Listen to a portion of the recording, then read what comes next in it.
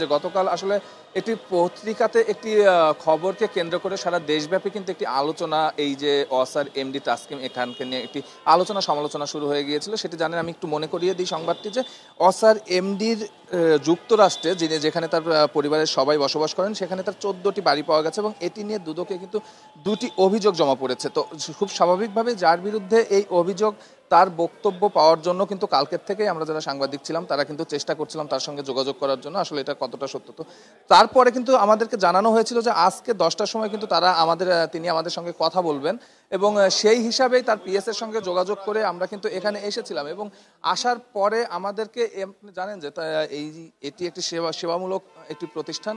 সেই সেবামূলক প্রতিষ্ঠানটিতে কিন্তু আমাদেরকে আসলে সেই অর্থে আমরা যারা সাংবাদিক ছিলাম তাদেরকে কিন্তু আসলে ঢুকতে দেওয়া হয়নি। আপনি দেখছেন এখনো আমাদের বাধা দেওয়া হচ্ছে। কি সমস্যা কি ভাই আপনাদের? আমরা উপরে যাবো, আপনার এমডির কাছে যাব।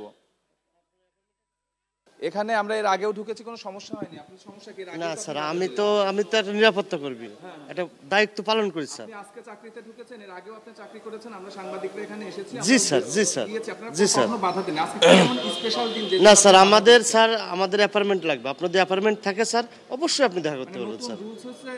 না স্যার, এটা আগে থেকে স্যার।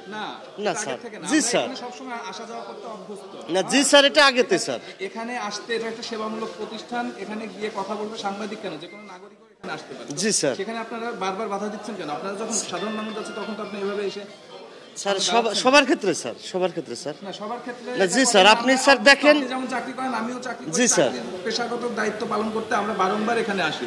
জি স্যার, বাধা দেননি, কিন্তু এবার আপনারা এরকম করছেন।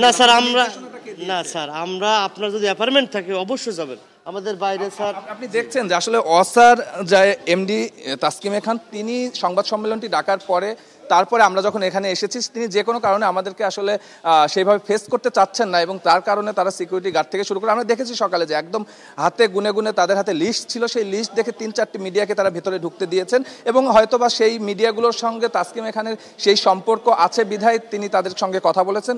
এর বাইরে কারো সঙ্গে কিন্তু এখন পর্যন্ত তিনি কথা বলেননি। আপনি জানেন যে তাসকিম খানকে নিয়ে এই প্রথম নয়, এর আগেও কিন্তু তাকে নিয়ে নানা রকম অভিযোগই আমরা নানা সময় শুনি। তার এই যে মাঝে মধ্যে তার পরিবার যুক্তরাষ্ট্রে থাকেন এবং তিনি আপনারা জানেন যে গত মাসের যুক্তরাষ্ট্র থেকে তিনি ভার্চুয়ালি অফিস করার অনুমতি চেয়েছিলেন 2 মাস। সেটি কিন্তু অসার যে বোর্ড আছে সেই বোর্ড থেকে কিন্তু অনুমতিটি দেওয়া হয়নি এবং সব শেষে আমরা কালকে যেটি বলছিলাম আপনাকে সংবাদে যেটি কালকে পত্রিকায় এসেছে যে 14টি বাড়ির বিষয়টি, এবং সেটি হাইকোর্টের কিন্তু নজরে এনেছেন দুদকের আইনজীবী এবং সঙ্গে সঙ্গে কালকে কিন্তু বলা হয়েছে যে এই আগামী 15 দিনের ভেতরে কিন্তু একটি তদন্ত করে এর প্রতিবেদনটি দ্রুত আসলে তাদের জমা দিতে। তো এই বিষয়গুলো নিয়েই কিন্তু আমরা তাসকিম খানের সঙ্গে কথা বলতে চেয়েছিলাম, কিন্তু সে কিন্তু কথা আমাদের সঙ্গে বলতে চাচ্ছে না। তার কিছু তাবিদার মিডিয়া বলেন কিংবা তার যারা আসলে খুব বেশি তার প্রিয় মিডিয়া আছে তাদের সঙ্গে তিনি কথা বলতে অভ্যস্ত এবং তাদের মাধ্যমে আমরা এখন পর্যন্ত যতটুকু জানতে পেরেছি যে তিনি যেটি বলছেন যে তার যে 14টি বাড়ির কথা বলা হয়েছে এটি সম্পূর্ণ মিথ্যা এবং